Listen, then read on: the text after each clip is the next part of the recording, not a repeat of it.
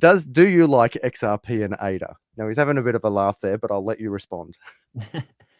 Well, so let's dig into this a little bit, because this is a good question. And one thing I've learned from Ripple is the power of a community, right? Ripple has a fantastic community of supporters. So it's really cool to see the social aspect of how these things play out. But how do you define a shitcoin? I think that's probably like the question that's being asked here. And the way I define a shitcoin is there's no cost to its creation. So US dollars are created through a vote and spent into circulation or extended on a bank's balance sheet. There's no cost to creating that dollar. So it's a shitcoin. So if there's no cost to creating the coin, there is no value. There is no intrinsic value. And when you said that about Bitcoin, it kind of triggered that in my head, because the real value of Bitcoin is as a money commodity. Like you said, you need a base layer, right? Well, the base layer of every transaction in the world, 50% of the transaction is money. So the use case for gold is, well, it has intrinsic value because if it's not being used for money, I can make jewelry, or I can use it in dentistry, or I could, it's a plate. It's so there's like this idea that it has to be able to be used for something else. But money is the largest base layer demand in the world. Everybody doesn't need a fork. You can use chopsticks. You can use your hands. Everybody doesn't need a gold tooth. You can just pull your tooth. Everybody doesn't need a big gold necklace. You can just live modestly.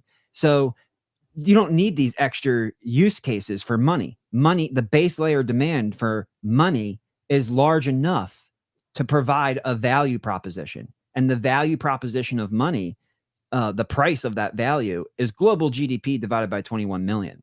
So I just had to say that before I move on to what I'm going to say about Ripple and the cost.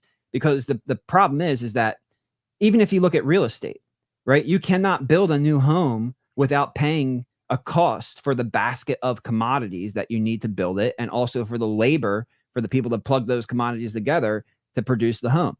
So when there's a cost to produce something, there's a natural asset value. When there's not a cost to produce something, it lacks natural asset value. When you're making investments, you should stay far away from things that do not have a natural asset value, because those are the things that can go to zero, right? What if Bitcoin goes to zero, right? If Satoshi comes out, it can go to zero. If this happens, it can go to zero.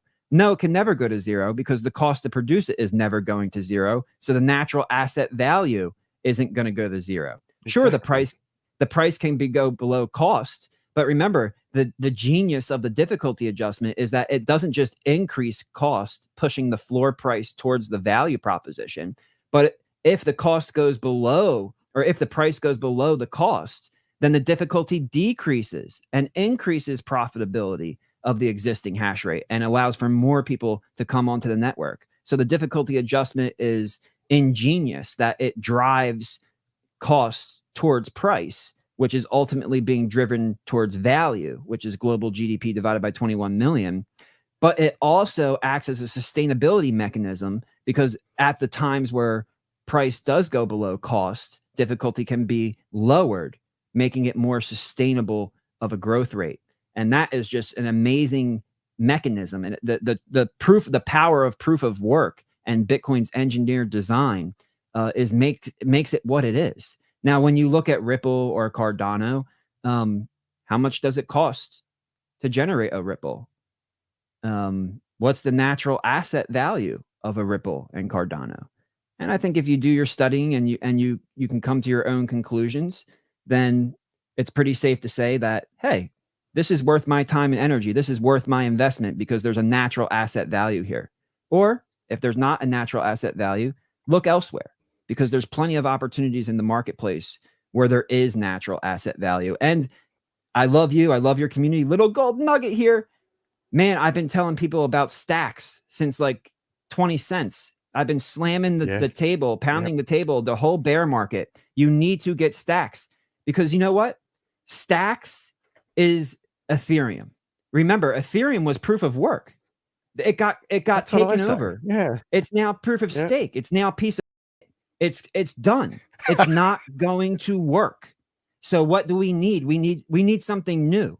Do we need another proof of work? Well, enter on stage proof of transfer. Why are people not talking about proof of transfer? Proof of transfer is the algorithm behind Stacks, the Bitcoin L2. And what it does is it anchors the Stacks blockchain into the Bitcoin blockchain.